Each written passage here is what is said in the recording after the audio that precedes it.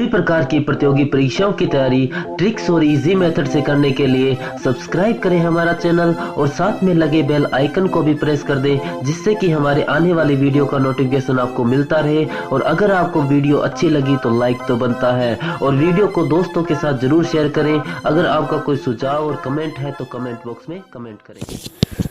Good morning friends, आपका स्वागत है आपकी अपनी YouTube channel my smart classes में।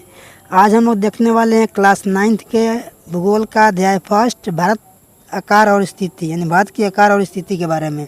इससे संबंधित कुछ बहुत ही महत्वपूर्ण ऑब्जेक्टिव क्वेश्चन हम लोग देखने वाले हैं। तो चलिए स्टार्ट करते हैं।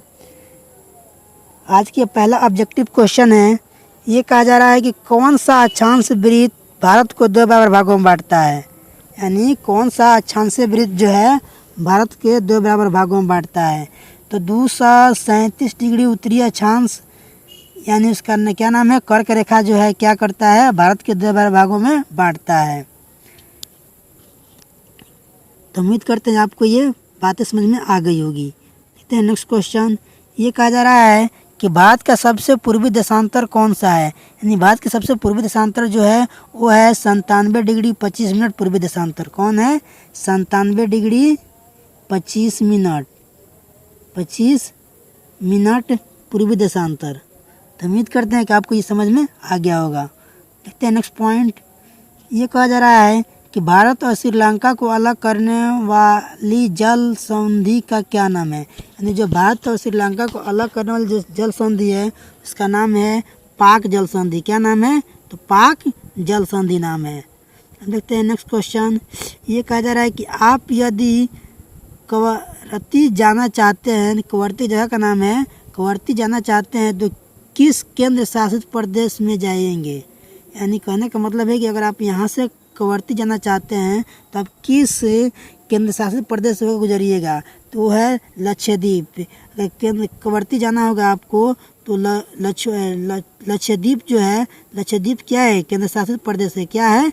यह एक केंद्र शासित प्रदेश है। यहीं से आपको जाना होगा कवरत्ती। कहाँ पे? कवरत्ती। तो उम्मीद करते हैं आपको ये बातें समझ में आ गई होगी। देखते हैं नेक्स्ट क्वेश्चन। ये कहा जा रहा है कि भारत का अक्षांशीय विस्तार क्या है। यानी कहने का मतलब है कि जो भारत का अक्षांशीय विस्तार है वो क्या है। तो वो है 84 डिग्री उत्तर से 37 डिग्री 6 मिनट उत्तरी अक्षांश के मध्य को क्या बोलते हैं हम लोग? अक्षांशीय विस्तार बोलते हैं। क्या बोलते हैं? अक्षांशीय विस्तार। यानी कहने का मतलब है कि 84 मिनट उत्तर से 37 डिग्री 6 मिनट उत्तर अक्षांश के मध्य पर जब हम जाएंगे तो उसको क्या बोलेंगे हम लोग? अक्षांशीय विस्तार बोलेंगे। क्या बोलेंगे? अक्षांशीय विस्तार। उम्मीद करते हैं कि आपको ये बातें समझ में आ गई होगी। अब देखते हैं नेक्स्ट क्वेश्चन। ये कहा जा रहा है कि भारत के स्थल भाग का कुल क्षेत्रफल है। यानी भारत के जो स्थल भाग है उसका कुल क्षेत्रफल कितना है। तो भारत का जो स्थल भाग है उसका कुल क्षेत्रफल है 32.8 लाख वर्ग किलोमीटर। कितना है? 32.8 लाख वर्ग किलोमीटर। उम्मीद करते हैं आपको ये बातें समझ में आ गई होगी। चलते हैं नेक्स्ट क्वेश्चन देखते हैं हम लोग। ये कहा जा रहा है कि क्षेत्रफल के दृष्टि से भारत का विश्व में मतलब कौन सा स्थान है। कहने का मतलब है कि क्षेत्रफल की दृष्टि से देखा जाए तो भारत का कौन सा स्थान आता है। तो क्षेत्रफल के अकॉर्डिंग देखा जाए तो भारत का जो स्थान आता है 7वां स्थान आता है। कौन सा आता है स्थान?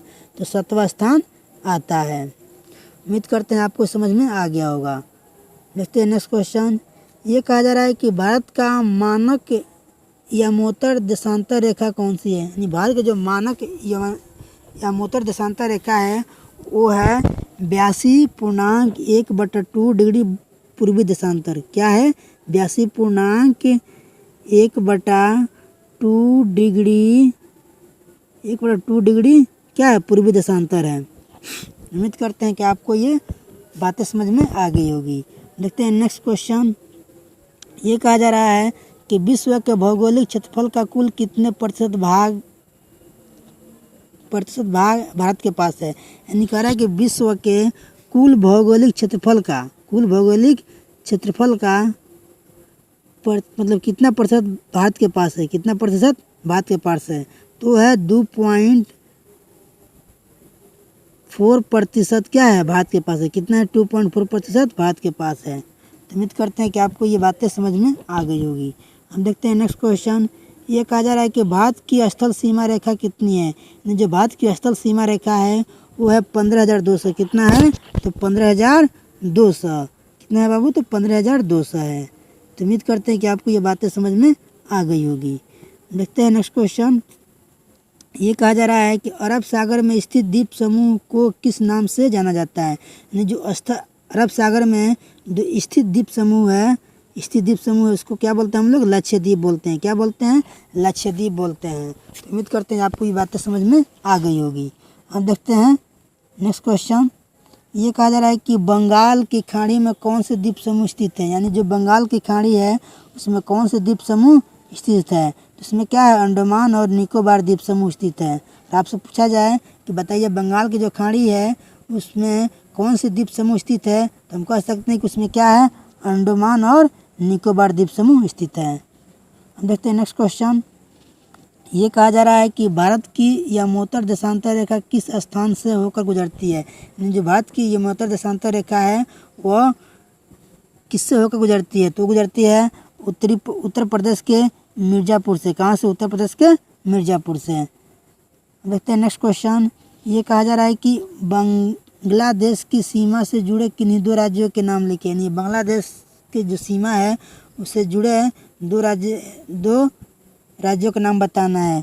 तो है क्या है? पश्चिम बंगाल है, सिक्किम है, असम है, मेघालय, त्रिपुरा है और भी बहुत सारे राज्य हैं जो क्या करता है? बंगाल के सीमा से जुड़ा हुआ है। अब देखते हैं नेक्स्ट क्वेश्चन। ये कहा जाए कि सुएज नहर किन दो सागरों को जोड़ती है। जो सुएज नहर है वो किन दो सागरों को जोड़ती है। जो सुएज नहर है वो भूमध्य सागर और लाल सागर को क्या करती है? जोड़ती है।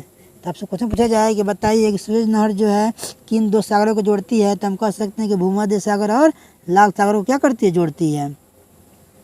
अब देखते हैं नेक्स्ट क्वेश्चन। ये कहा जा रहा है कि भारत के पूर्व दिशा में स्थित दो पड़ोसी देशों के नाम लिखे। यानी भारत के पूर्व में स्थित दो पड़ोसी देशों का नाम लिखना है। तो कौन कौन से देश है? तो है बांग्लादेश है। कौन है? बांग्लादेश है। और दूसरा क्या है? दूसरा जो है म्यांमार है। यानी बांग्लादेश और म्यांमार है। अब देखते हैं नेक्स्ट क्वेश्चन। ये कहा जा रहा है कि भारत के ऐसे दो राज्यों के नाम लिखे जिनकी न तो अंतर्राष्ट्रीय सीमा है और न ही तटीय सीमा है। यानी कहने का मतलब कि भारत के ऐसे दो राज्यों का नाम बताना है जिसका न तो क्या है? अंतर्राष्ट्रीय सीमा है और न ही तटीय सीमा है। तो क्या है? हरियाणा हो गया, मध्य प्रदेश हो गया, छत्तीसगढ़ हो गया, झारखंड हो गया और भी बहुत सारे क्या है राज्य है जो क्या है? जिसका अंतर्राष्ट्रीय सीमा और तटीय सीमा नहीं है। तो हम याद रख सकते हैं हरियाणा हो गया, मध्य प्रदेश हो गया। देखते हैं नेक्स्ट क्वेश्चन।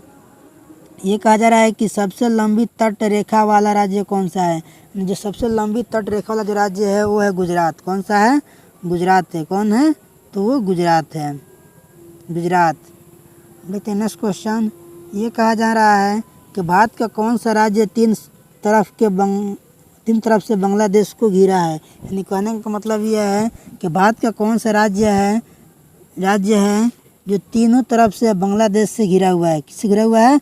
तो बांग्लादेश से घिरा हुआ है। तो त्रिपुरा जो है क्या है? त्रिपुरा जो है बांग्लादेश के तीनों तरफ से घिरा हुआ है। उम्मीद करते हैं आपको ये बातें समझ में आ गई होगी।